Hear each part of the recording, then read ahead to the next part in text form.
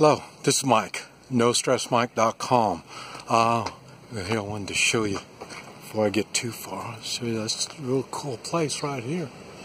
I'm in a back street in Thailand.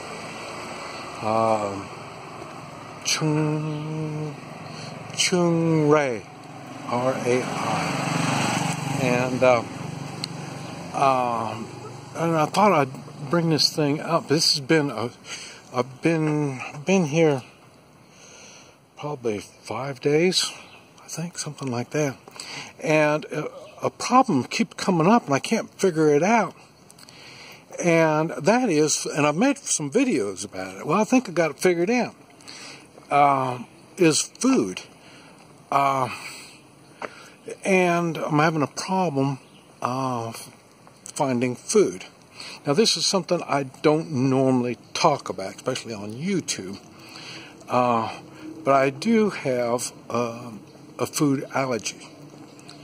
And it's not to all foods, and I'm not a picky eater. Now, I do draw my line, you know, like pets and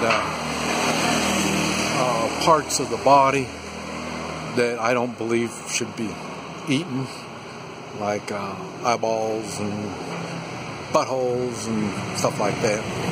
But so I do draw a line on what I eat, but I don't really consider that being picky.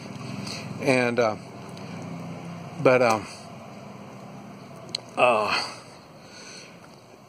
and what happens is, if I eat the wrong thing, it could at the least make me really sick, and at the most it could kill me. Now, that's not something strange. There's many people through history that have been poisoned, and I know a lot of people think being poisoned has some kind of weird thing that you mix up and you put in their food and stuff like that. No, it's not like that. There's, like I say, I've owned restaurants. I know food, and I know bad food. I know bad food by its feel. I know bad food by its smell. I know bad food by its appearance. But not always. That's the thing that gets you. And even as knowledgeable as I am, there's still a lot that will get by me. And so people that aren't knowledgeable as I am, it's easy for them to be poisoned. A good, simple, easy example is mushrooms. Do you know which mushrooms are edible and which ones aren't? So, you know, I mean, there's many ways you can poison someone. And like I say, through history, it's happened a lot. You hear about kings and rulers and stuff have tasters that taste the food for them before they eat it. Okay, so, and you're thinking, well, that's an extreme. Okay,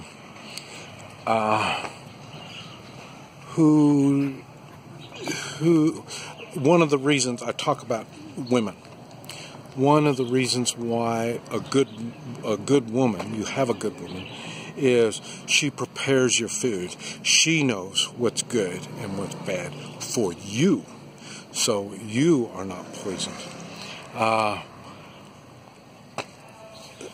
Since I've been here on this Thailand trip, remember, I came here on a vacation.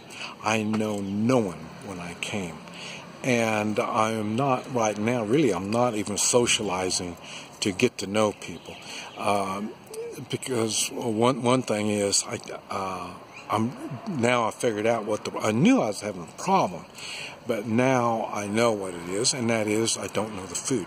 Normally, I go to places where I've been invited, and the first thing that they do when they come in when I come in is they ask if you have any food allergies or the kind of food you don't like eating and stuff like that. That's always the first thing. Why? Because I'm a guest, and you don't feed your guests nasty stuff that they don't like to eat. So that's why the first thing they ask me is what do I don't like and food allergies. And so that's why I've never had this problem before. So now I'm coming up against food that I've never seen before, food that I've never tasted, I've never eaten before. I don't know if I have allergies to a lot of this food because it doesn't appear like food like I'm used to seeing. And so that's going to make a difference. Now,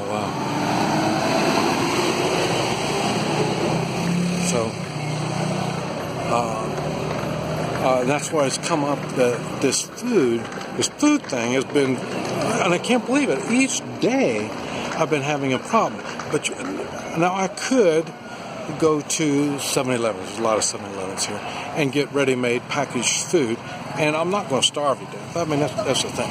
But I'm not learning how to eat, what to eat when I'm here, and what to stay away from. And since I don't know anyone, I'm having a very hard time because no one is explaining to me what this food is that I'm looking at. So it's been very difficult. And really, I'm set. I'm going to be leaving, going back to China in, let's see, about 1, 2, 3, 4 days, about 4 days. So I really don't want to start up relationships, and then just get up and leave. So that's why I thought, well, I'm just going to continue focusing on trying to find ways to eat and food to eat, and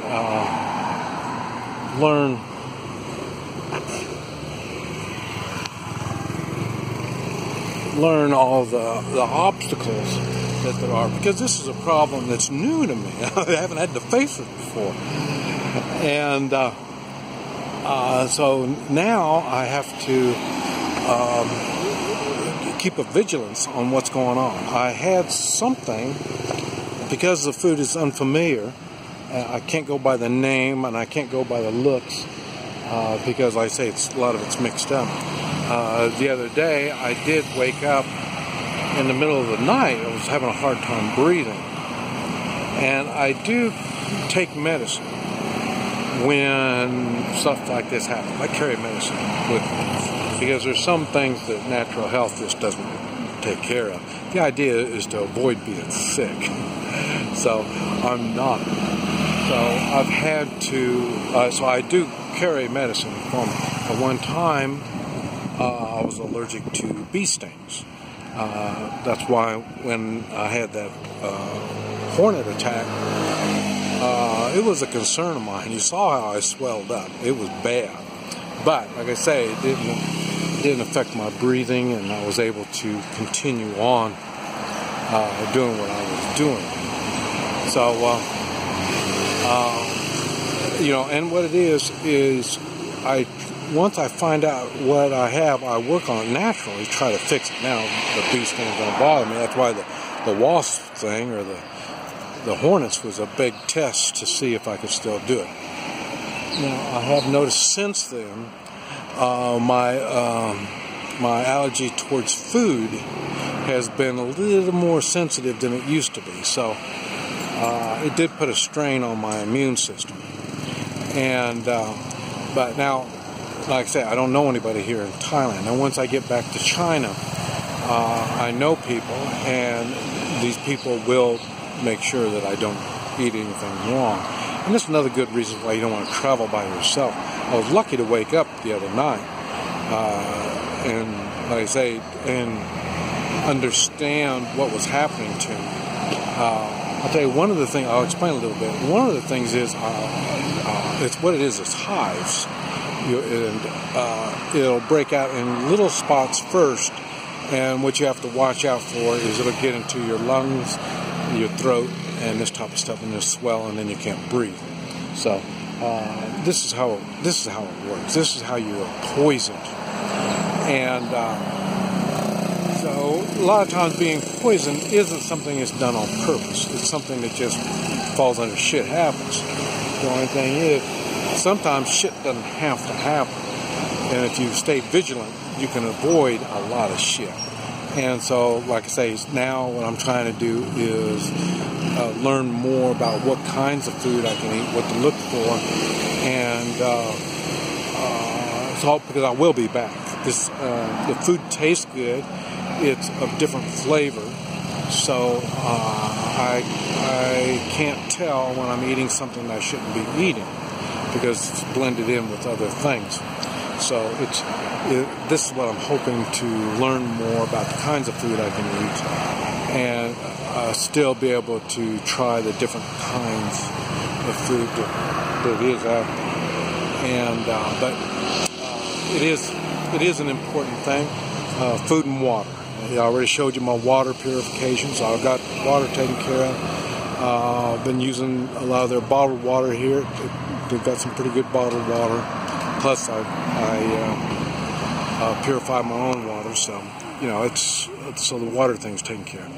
And the not having the idea on food is limiting me on how far I can travel. I'm staying close to my hotel room, within blocks of my hotel room. I can't go on long trips. Like I said, I wanted to go to Burma.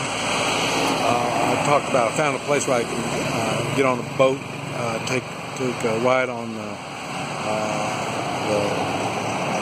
river, Mekong River. And that's something I'd like to do. But I can't because, like I say, these are going to take me out days out, and I'm going to be eating stuff that they're going to be feeding me, and I have no way to protect myself. But anyway, I thought I'd share that with you. Food is a big thing. Like I say, I'm lucky that I don't travel, or what they say, live to eat. No, I eat to live. So food isn't a high priority. It's Mike, NoStressMike.com.